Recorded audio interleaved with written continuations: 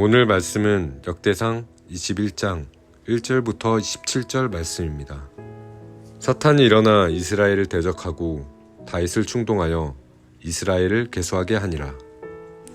다윗이 요압과 백성의 지도자들에게 이르되 너희는 가서 브엘세바에서부터 단까지 이스라엘을 계수하고 돌아와 내게 보고하여 그 수요를 알게 하라 하니 요압이 아뢰되 여호와께서 그 백성을 지금보다 100배나 더하시기를 원하나이다. 내 주 왕이여, 이 백성이 다 내 주의 종이 아니니까 내 주께서 어찌하여 이를 명령하시나이까? 어찌하여 이스라엘이 범죄하게 하시나이까 하나. 왕의 명령이 요압을 재촉한지라. 드디어 요압이 떠나 이스라엘 땅을 두루 다닌 후에 예루살렘으로 돌아와 요압이 백성의 수요를 다윗에게 보고하니 이스라엘 중에 칼을 뺄 만한 자가 110만 명이요 유다 중에 칼을 뺄 만한 자가 47만 명이라. 요압이 왕의 명령을 마땅치 않게 여겨 레위와 베냐민 사람은 계수하지 아니하였더라. 하나님이 이 일을 악하게 여기사 이스라엘을 치심해 다윗이 하나님께 아뢰되 내가 이 일을 행함으로 큰 죄를 범하였나이다. 이제 간구하옵나니 종의 죄를 용서하여 주옵소서. 내가 심히 미련하게 행하였나이다 하니라. 여호와께서 다윗의 선견자 갓에게 말씀하여 이르시되 가서 다윗에게 말하여 이르기를 여호와의 말씀이 내가 내게 세 가지를 내어 놓으리니 그 중에서 하나를 너가 택하라. 내가 그것을 내게 행하리라 하셨다 하라 하신지라. 갓이 다윗에게 나아가 그에게 말하되 여호와의 말씀이 너는 마음대로 택하라. 혹 3년 기근이든지 혹 내가 석 달을 적군에게 패하여 적군의 칼에 쫓길 일이든지 혹 여호와의 칼 곧 전염병이 사흘 동안 이 땅에 유행하며 여호와의 천사가 이스라엘을 온 지경을 멸할 일이든지라고 하셨나니 내가 무슨 말로 나를 보내신 이에게 대답할지를 결정하소서 하니 다윗이 갓에게 이르되 내가 공경에 빠졌도다. 여호와께서는 긍휼이 심히 크시니 내가 그의 손에 빠지고 사람의 손에 빠지지 아니하기를 원하나이다 하는지라.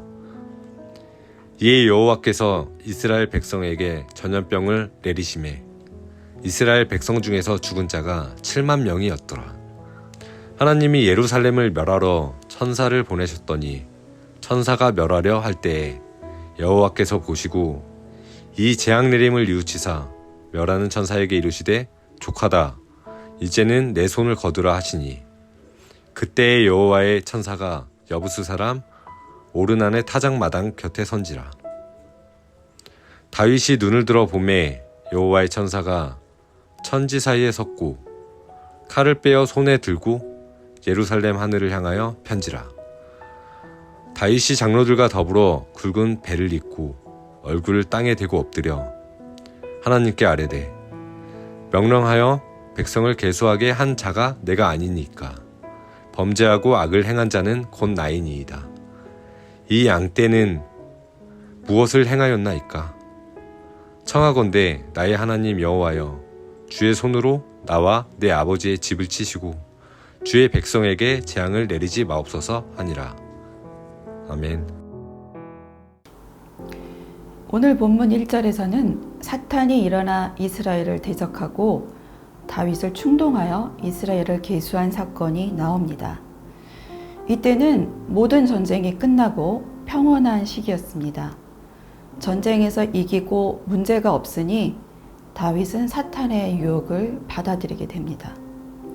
다윗의 실수 중 밧세바 사건도 다윗이 궁에 머물며 한가할 때였습니다. 한가할 때, 평온할 때가 사탄의 충동을 받기 좋은 때라는 것을 기억해야겠습니다. 이때 요압은 다윗에게 이 일이 하나님께 범죄하는 일임을 알렸습니다. 그러나 다윗은 오히려 재촉하여 계수하는 일을 하게 합니다. 결국 하나님은 7절에서 이 일을 악하게 여기사 이스라엘을 치심해 8절에서 다윗은 자신의 죄를 깨닫고 하나님께 용서를 구합니다. 그런데 사무엘하 24장 10절에서는 다윗이 백성을 조사한 후에 그의 마음에 자책하고 다윗이 하나님께 용서를 구한 것으로 되어 있습니다. 두 본문 사이에 하나님이 치셔서 다윗이 회개했는지 아니면 다윗이 자책하여 회개하였는지는 알 수 없지만 다윗은 자신의 잘못을 깨닫고 회개하였다는 공통점이 있습니다. 이렇게 다윗은 자신의 잘못을 회개하였지만 하나님은 갓 선지자를 통해 다윗에게 세 가지 심판 중 하나를 택하게 하십니다. 첫째는 3년 기근이고 둘째는 석 달을 적군에게 패하여 적군의 칼에 쫓기는 것, 마지막 셋째는 여호와의 칼, 곧 전염병이 사흘 동안 유행하여 여호와의 천사가 이스라엘 온 지경을 멸하는 것입니다. 어떤 선택도 만만해 보이는 것은 없어 보입니다. 그런데 다윗은 선택의 기준을 사람의 손에 망하는 것보다 하나님 손에 망하는 것을 선택합니다. 이런 모습을 볼 때 다윗의 회개는 진심으로 보여집니다. 결국 하나님은 세 번째 심판을 행하시고 이스라엘 백성은 전염병에 걸려 7만 명이 죽게 됩니다. 그러나 하나님은 뉘우치사 멸하는 천사에게 내 손을 거두라 하십니다.